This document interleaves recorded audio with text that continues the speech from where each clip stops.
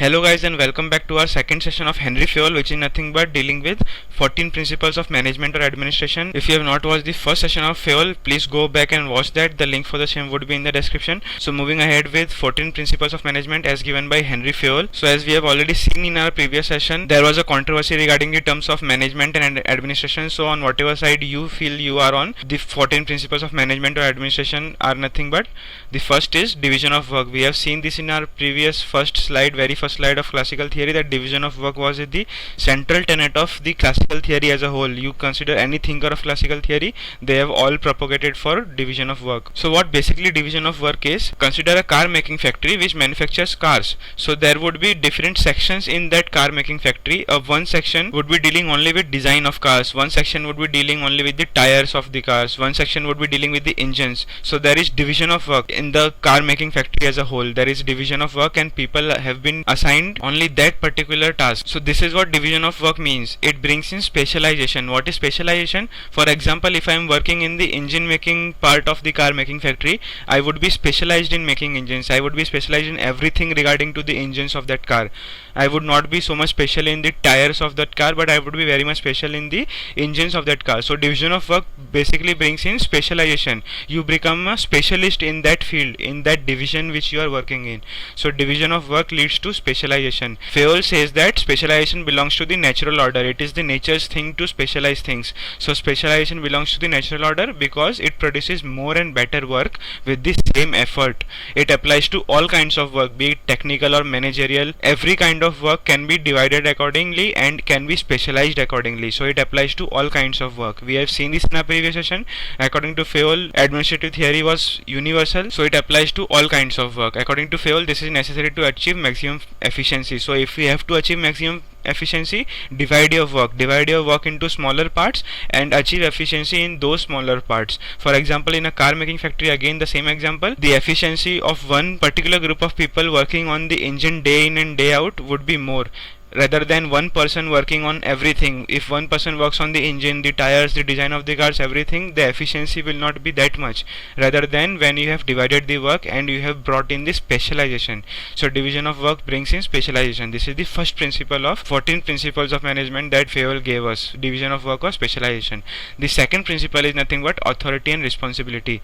Fayol defined authority as the right to give orders. This is nothing but very simple, right? The right to give orders is nothing but authority. Also, it is the power to exact obedience. After you have given orders, if you have the power that the subordinates obey your orders, so that is nothing but authority. Authority is nothing but right to give orders and the power to exact obedience from the subordinates. Thus, authority is the legitimate right to command. If you have the authority, you have the legitimate right to command your subordinates or influence others to behave toward the attainment of specific goals of an administrative system. So you can influence other people, you can influence your subordinates, your friends. If you have the authority, you can influence them to behave in a certain way to achieve specific goals of your organization. This is nothing but authority as defined by Fayol. According to Fayol, authority and responsibility are interrelated and commensurate. Responsibility is corollary of authority. What this means is, authority and responsibility go hand in hand. They are interrelated. They are very much related. For example, occupant of each position should be given enough authority to carry out all the responsibilities assigned to him. Let's say there are various levels in an organization. There is a peon, there is a manager, there is a CEO. So every level of organization have some responsibilities attached to them. The peon, the clerk, the manager, the CEO will have some responsibilities assigned to them.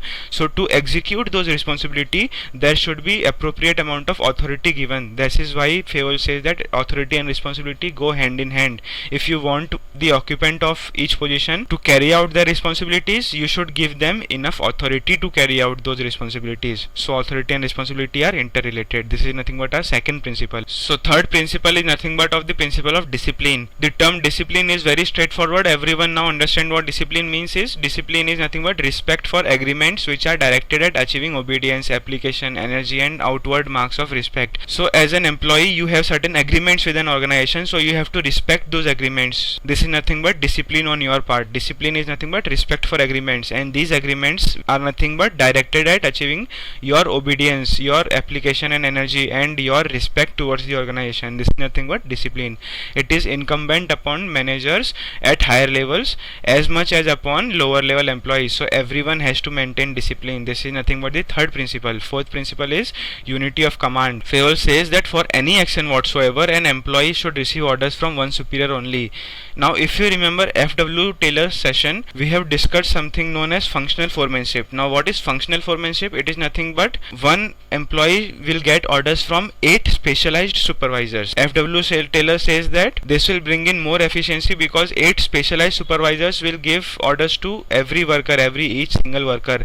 Opposed to this, what Fayol says is, Henry Fayol says that for any action whatsoever, an employee should receive orders only from one superior. This is different from the approach that Taylor adopted of functional foremanship. Fayol suggests unity of command, one superior for every employee and not more than one. Should it be violated, should this principle be violated, authority is undermined, discipline is in jeopardy, and order disturbed and stability threatened. This is very obvious because authority is nothing but your power to command and your power to exact obedience from your subordinates. So if you give power to command to 8 specialized supervisors, let's say in functional foremanship of F.W. Taylor, so what is happening is authority of each of those bosses is undermined, and there is also lack of discipline and stability gets threatened. So individual cannot adapt to dual command. This is what Fayol believes. Individuals cannot adapt to dual command, and that is why there should be unity of command.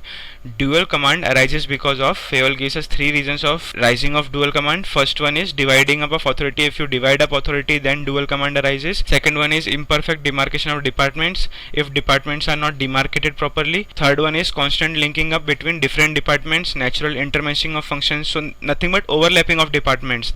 This arises again from imperfect demarcation of departments. So dual command arises because of these 3 reasons that Fayol says. The fifth principle that Fayol gives us is of nothing but unity of direction. He says that there should be one head and one plan for each activity. This brings in unity of action. Let's say there is a car making factory, or let's say there is a shoe making factory which manufactures shoes. So there are various divisions in shoe making factory. One division deals with design of shoes, one division deals with stitching of shoes, one division deals with polishing of shoes. So let's say for the activity of polishing of shoes there are 8 supervisors. There would not be any unity of action. Workers will not be able to determine which supervisor to follow, which instruction is good, which instruction is better, and which instruction is bad. So he says that along with unity of command there should also be a unity of direction. The plans for each activity should be one. Even if let's say there is one manager and if he comes up with 5 plans of the same activity, that is not efficient, is what Fayol says. You should have one plan for each activity, one head, that is unity of command, and also one plan, that is unity of direction. This brings in unity of action. If you have unity of command and unity of direction, you have unity of action. Unity of command cannot exist without unity of direction but does not flow from it. What this means is unity of direction is not a prerequisite for unity of command. Unity of command can be taken up without unity of direction. You can have one manager first and then you can have one plan afterwards. So unity of direction is not a prerequisite for unity of command, but at the same time unity of command cannot exist without unity of direction. You need unity of direction so that unity of command can be effectively executed. So this was our third, fourth and fifth principles: discipline, unity of command and unity of direction.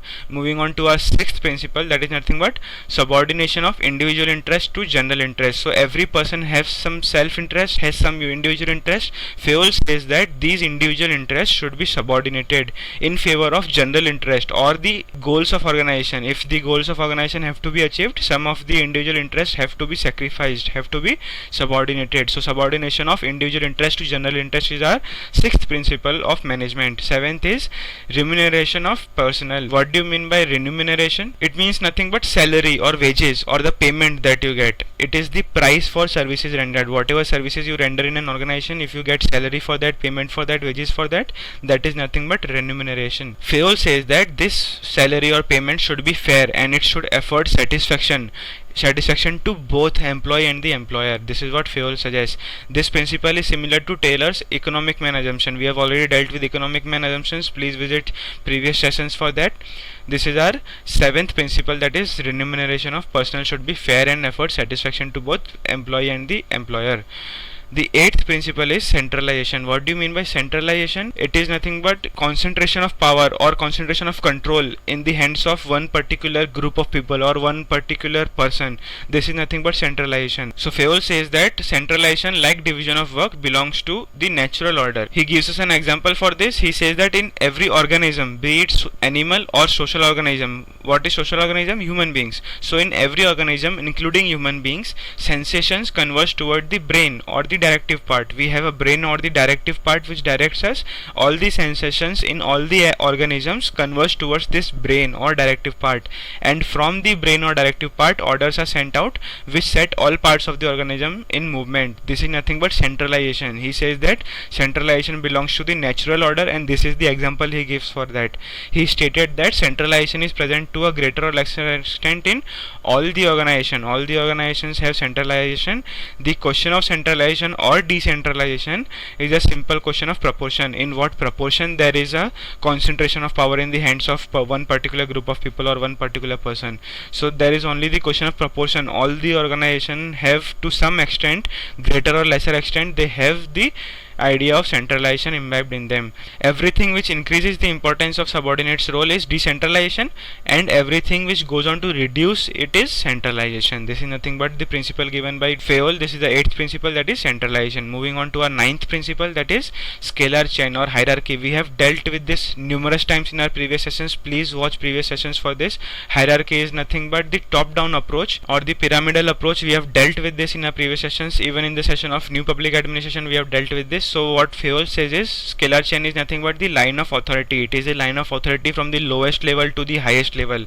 So the line of authority of superiors ranging from the ultimate authority to the lowest ranks. This is nothing but scalar chain. This line of authority is dictated by the principle of unity of command. This path is at times slow and lengthy, especially in a large government organization. If you follow scalar chain in a government organization, it can be very slow and lengthy, and it can be very long. This hierarchy can be very long. Hence Fayol suggested an alternative route known as Gangplank. We learn about Gangplank in our feature slides. So what Fayol suggested was an alternative for government organization or large organizations where scalar chain cannot be effectively followed. He gave us an alternative route which is known as Gangplank, which involves short circuiting the procedure to speed up the communication. Instead of following all the levels of hierarchy, we can short circuit. We'll learn about this in our feature slides. So coming to our 10th principle, which is nothing but order. Fayol says that there should be order to everything. There should be a particular order, and he gives us two types of orders. First is material order for physical resources. So for example, in a car making factory or a shoe making factory, you require some raw materials, some physical resources. So Fayol says that there should be material order for all the physical resources. There should be a place for everything, and everything should be in its proper place. For example, if I give you an example of our home, everyone in our home has a shoe rack to keep shoes. So there should be a place for everything. So there should be a shoe rack, or there should be a cupboard to place your clothes, and everything should be in its proper place. If you have a shoe rack, if you have a cupboard, shoes should be kept in the shoe rack and clothes should be placed in the cupboard. This is what Fayol meant by material order for physical resources. There should be a place for everything, and everything should be in its proper place. Second type of order he says is the social order for human resources. Right man for the right work. This is also what was propagated by F.W. Taylor. So please go back and watch Taylor's session for this. This is the second type of order that the Fayol talks about. First is material order, second is social order, and he says that maintaining these two orders properly will ensure that everybody knows his workplace and what he is to do and from where he would get his required material. So if you maintain these orders, efficiency will be achieved, in short. Consequently, all the available resources in the organization would be utilized properly. This is nothing but our 10th principle, which is nothing but order. 11th is equity. Head of the organization, the managers, the management, the head of the organization should adopt the attitude of justice and kindness towards his employees. He should treat all employees equal. This would generate loyalty and dedication. That means he should treat all his subordinates, all his employees equally. This is nothing but is the 11th principle of equity. All the employees should be given equal treatment. The 12th principle is nothing but of stability of personnel. What this means is, from the point of view of management, it is absolutely harmful to change the employees frequently, as it is a reflection of inefficient management. What this means is, if you transfer your employees frequently, if you fire your employees frequently, if there is no stability in your team, what this reflects is nothing but inefficient management. It will also result in increased expenses. For example, if you transfer your employees frequently or fire your employees frequently, this would result in frequent selections of new employees and then giving them training afresh. So this results in increased expenses. Apart from this, it also creates a feeling of insecurity among the employees. It keeps them busy in finding out new avenues of work and no sense of dedication among them. So insecurity and lack of dedication also gets created among the employees if you keep them firing and if you keep them transferring frequently. Enough time should be given. Fayol says that enough time should be given to each worker to acquire the competence of doing his work satisfactorily. This is nothing but your 12th principle of stability of personnel. Second last principle of 14 principles is the 13th principle of initiative. In this principle, Fayol says that all the employees, all the subordinates should be given the opportunity to come up with new initiatives, to come up with their own ideas, their own thoughts. This is nothing but is meant by principle of initiative. According to Fayol, it is the duty of manager to encourage the feeling of initiative among his employees for doing some work or taking some decision, but within the limits of authority and discipline. What this means is the authority of the manager should not be undermined while giving the initiative to the subordinates. You should give the initiative, but within the limits of authority and within the limits of discipline of the employee. And Fayol says that this initiative principle will be possible only when the manager will welcome the thoughts of his or her subordinates. So he should be more welcoming. He should abandon his false sense of prestige. His ego should be abandoned. Gradually, workers will become an integral part of the organization. This is what the principle of initiative will achieve. And the last principle that Fayol suggests is esprit de corps. This is nothing but harmony among the employees. This is a phrase which suggests teamwork and harmony among the team. As you can see, a manager should continuously make efforts to develop a team spirit among the subordinates. This is nothing but esprit de corps. They should develop a team spirit among the subordinates or the employees, harmony and union among the personnel of an organization, and this will be nothing but a source of great strength to that organization. These are the 14 principles of management as given by Taylor. Now, regarding these 14 principles, Fayol himself has agreed that this is not a complete or exhaustive list of principles of administration. They can be added or subtracted according to need. He himself admits to this fact. He says that these are not the exhaustive list of principles and you can add new principles and subtract from these according to your needs, according to the time that you are in. He also says that his principles of administration are not rigid rules but are flexible and capable of adaptation. You can mold them. These are not rigid rules. You can mold them according to your needs.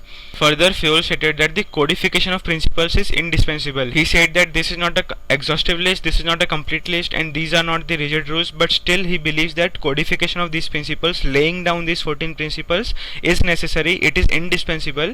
Why he says that? Because without principles, one is in darkness and chaos.